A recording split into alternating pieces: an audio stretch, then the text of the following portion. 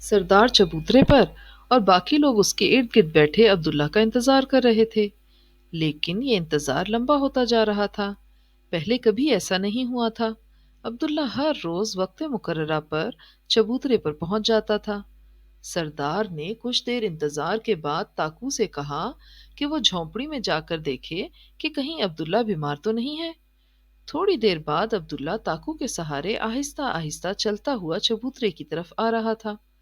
چبوترے کے قریب پہنچ کر اس نے معمول کے مطابق ہاتھ ہلا کر لوگوں کا حال معلوم کیا، لیکن آج اس کی آواز میں کمزوری صاف محسوس کی جا سکتی تھی۔ سردار نے عبداللہ سے حال احوال پوچھا تو عبداللہ نے بتایا کہ کل چٹائیاں بنتے ہوئے ایک چھوٹے سے کیڑے نے اسے کاٹ لیا تھا۔ میں نے کوئی پرواہ نہ کی اور اپنے کام میں لگا رہا، لیکن کچھ دیر بعد کیڑے کے زہر نے اثر دکھانا شروع کر دیا اور مجھے بخار ہو گیا۔ رات بھر بخار میں مبتلا رہا، جس کی وجہ سے طبیعت بہت خراب ہو گئی، اس لیے آج وقت پر چبوترے کی جانب نہیں آ سکا۔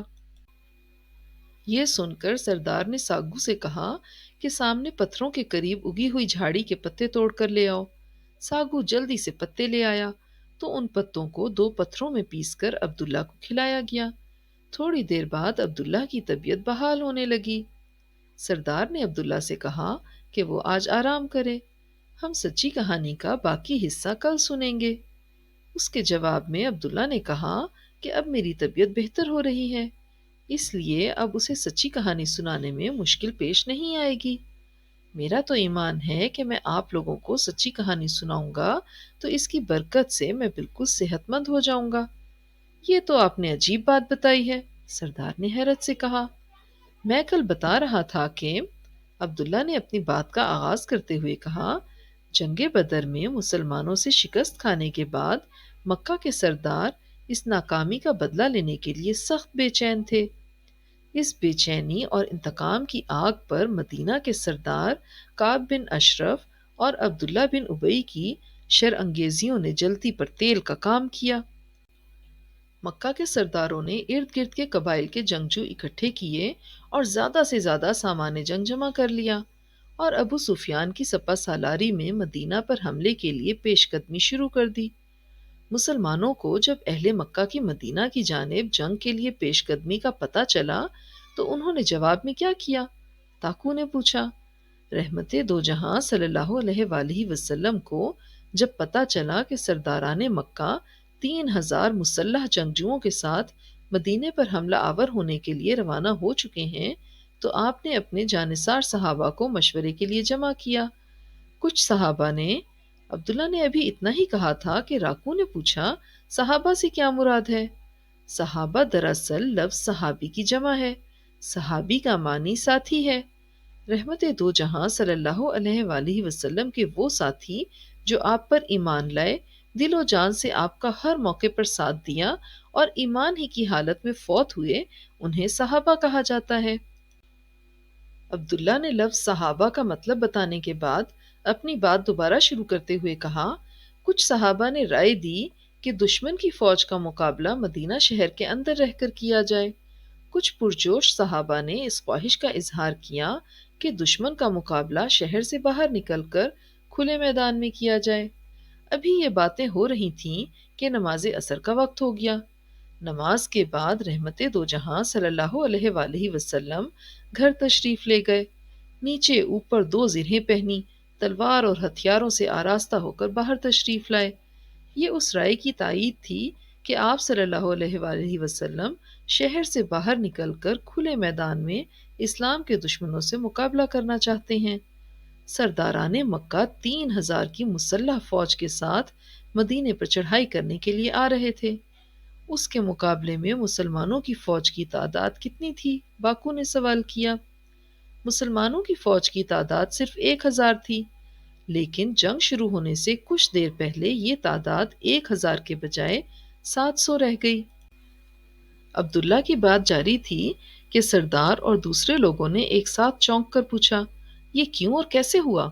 مسلمان جب ہجرت کر کے مکہ سے مدینہ پہنچے تو بہت سے لوگوں نے سچے دل سے اسلام قبول کر لیا، لیکن ان کے ساتھ ساتھ مدینے میں کچھ ایسے لوگ بھی تھے جنہوں نے اسلام قبول کرنے سے انکار کر دیا تھا، اور اکثر مسلمانوں کی مخالفت کرتے تھے۔ جب اللہ تعالیٰ نے جنگ بدر میں مسلمانوں کو شاندار فتح عطا فرمائی تو ایسے لوگوں کے لیے اپنا وقار برقرار رکھنا مشکل ہو گیا۔ چنانچہ انہوں نے اوپر اوپر سے اسلام قبول کر لیا اور در پردہ یہودیوں اور اہل مکہ سے رابطہ کر کے سازشوں کا جال بچھاتے رہے۔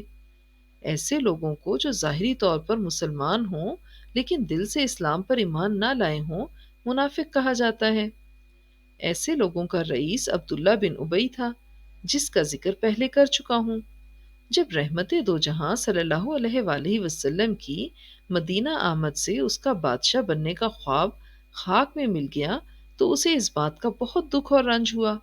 اس نے مسلمانوں کی بڑھتی ہوئی قوت اور طاقت کو دیکھتے ہوئے اوپر اوپر سے اسلام قبول کر لیا، لیکن اندر سے وہ مسلمانوں کی جڑیں کاٹنے کے لیے بے چین رہتا تھا۔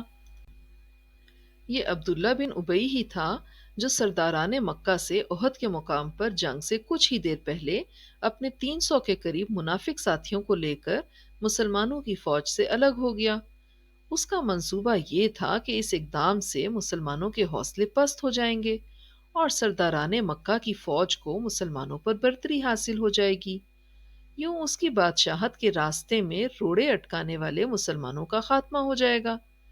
عبداللہ بن ابی نے سوچا کہ 1000 کی فوج میں سے جب 300 جنگجو اچانک الگ ہوں گے تو مسلمانوں کے ہاتھ پاؤں پھول جائیں گے اور سرداران مکہ کے مقابلے میں شکست ان کا مقدر بن جائے گی۔ لیکن اللہ تعالیٰ کے فضل و کرم سے ایسی کوئی بات نہ ہوئی۔ البتہ 2 قبیلوں نے کچھ پریشانی کا اظہار کیا، لیکن اللہ تعالیٰ نے ان کی پریشانی کو دور کر کے انہیں مطمئن کر دیا۔ رحمت دو جہاں صلی اللہ علیہ وآلہ وسلم نے دشمن سے لڑنے کے لیے مدینہ شہر سے 6-7 کلومیٹر کے فاصلے پر احد کا مقام منتخب کیا۔ اللہ کے رسول صلی اللہ علیہ وآلہ وسلم نے اپنی فوج کو احد پہاڑ کے قریب اس طرح ٹھہرایا کہ پہاڑ فوج کی پشت کی طرف اور مدینہ سامنے کی طرف۔ اس پہاڑ میں ایک قدرتی راستہ بھی تھا جسے درہ کہتے ہیں۔ جنگی نقطۂ نظر سے خطرہ تھا کہ جنگ کے دوران میں اگر دشمن فوج چکر کاٹ کر پہاڑ کی دوسری جانب پہنچ جائے تو اس درے سے گزر کر مسلمان فوج پر حملہ کر کے شدید نقصان پہنچا سکتی ہے۔ اس خطرے کے پیش نظر اللہ کے رسول صلی اللہ علیہ وآلہ وسلم نے 50 تیر اندازوں کو اس پہاڑی درے کی حفاظت کے لیے مقرر کر دیا اور انہیں حکم دیا کہ جنگ کے دوران میں جو بھی صورتحال ہو، درے کو کسی بھی صورت میں خالی نہ چھوڑا جائے۔ جنگ شروع ہوئی تو 3000 کی فوج کے مقابلے میں صرف 700 مجاہدین پر مشتمل فوج نے اتنی جرت اور بہادری دکھائی کہ دشمن فوج کے لوگ بھاگنے لگے۔ جب درے میں موجود 50 تیر اندازوں نے دیکھا کہ دشمن کو شکست ہو گئی ہے تو درے میں موجود تیر اندازوں کی بڑی تعداد اپنی ذمہ داری کو چھوڑ کر دشمن کی بھاگتی فوج کا چھوڑا ہوا مال غنیمت اکٹھا کرنے کے لیے میدان جنگ میں کود پڑی۔ درے میں موجود 50 تیر اندازوں کے نگران عبداللہ بن جبیر رضی اللہ عنہ نے انہیں بہت روکا، لیکن انہوں نے کہا اب تو دشمن شکست کھا چکا ہے، اس پہاڑی درے میں رکنے کی کوئی ضرورت نہیں۔ پہاڑی درے کا آپ خصوصی طور پر ذکر کر رہے ہیں، کیا درہ چھوڑنے کی وجہ سے کوئی واقعہ رونما ہوا تھا؟ ساگو نے پوچھا۔ رحمت دو جہاں صلی اللہ علیہ وآلہ وسلم نے پہاڑی درے کی حفاظت کے لیے جن 50 تیر اندازوں کو مقرر کیا تھا انہیں بڑی سخت تاکید کی تھی کہ خواہ کچھ بھی ہو جائے درے کو نہیں چھوڑنا، کیونکہ ذرا سی غفلت یا کوتاہی سے جنگ کے دوران میں دشمن کی جانب سے پہاڑی درے سے مسلمانوں پر حملہ ہو سکتا ہے۔ یہ خدشہ درست ثابت ہوا۔ خالد بن ولید جو ابھی مسلمان نہیں ہوئے تھے، وہ دشمن فوج کے ایک دستے کے سردار تھے۔ انہوں نے جب دیکھا کہ پہاڑی درے کی حفاظت کے لیے بہت کم تیر انداز رہ گئے ہیں تو انہوں نے پہاڑی درے پر موجود تیر اندازوں کو شہید کر دیا اور اس کے بعد مال غنیمت سمیٹنے والی مسلمان فوج پر پیچھے سے حملہ کر دیا۔ یہ حملہ اتنا اچانک اور شدید تھا کہ کچھ پتہ نہیں چل رہا تھا کہ ایک دم کیا ہو گیا۔